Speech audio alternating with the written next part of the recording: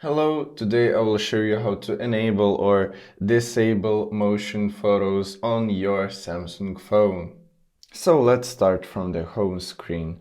Open the camera app and look for the motion photo mode icon. It looks like a box with a small play icon in the corner. To enable motion photos, just tap the icon and it will turn yellow. And to disable it, tap it again and it will turn white.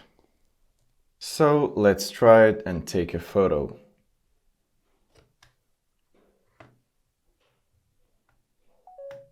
Let's check it out.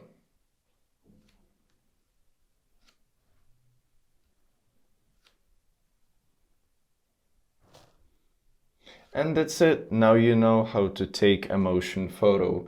I hope this video was helpful for you. Thank you for watching. Don't forget to like and subscribe for more tips.